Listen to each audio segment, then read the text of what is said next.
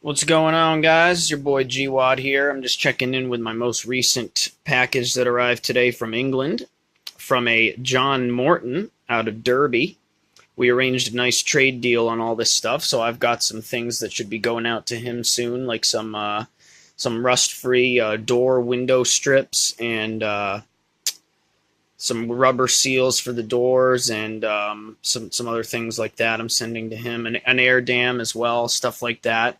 So he sent me what he's not going to use, and I'm sending him what I'm not going to use. It's the best thing about having friends in different countries. You can get the best parts they don't want, and the stuff that is no use here, really, they all want. So it works out great for everybody.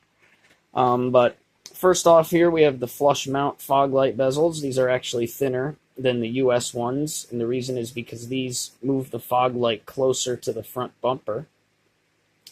They're actually wider too because the fog light hole on the front bumper is tapered inward, so as you move the light out, you have to get this wider to surround the gap.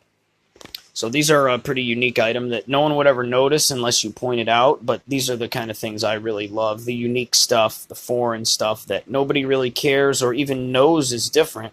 I crave to have all that stuff. And then over here we have the center console that I've never seen one of these in person. I don't even think I've seen a picture of it. I've heard of them though. I got a friend that calls it the garage door console and another friend that calls it the bread bin. Pretty much both of those are pretty accurate. Just slides up, nice amount of room in there. Not sure what model of Starions that came on, but anyway. Then we have these are the puddle lights for the door panels. The European ones are red, whereas the USA are like a clearish yellow. So, not sure why they made them red in Europe. It must be a law. Like when your doors open, it's got to be red to warn other cars. I'm assuming it's a law. Same with these. Maybe they had to move the fog light closer because it's a law over there to have it visible from a side. I don't know. Anyway, this thing here is the 160 mile per hour European speedometer. A lot of people don't even realize they use miles an hour in Europe, but in England they do, and I think a couple other European countries, maybe even Germany, might use it. The car that this is from Germany. It was a left-hand drive German Starion, so that's the 160 cluster. These are pretty sought after too. Then over here we have the washer fluid reservoir for the grill washer. That's the headlight washers that spray out of the grill. Those are pretty rare. I don't know many people with the grill, and I certainly don't know anyone with a full washer kit. I have the grill from a guy in Germany, but I didn't have the reservoir and the pump and the lines, so John was able to send me all that stuff this time around. And we have the side indicators that on the European cars are right there.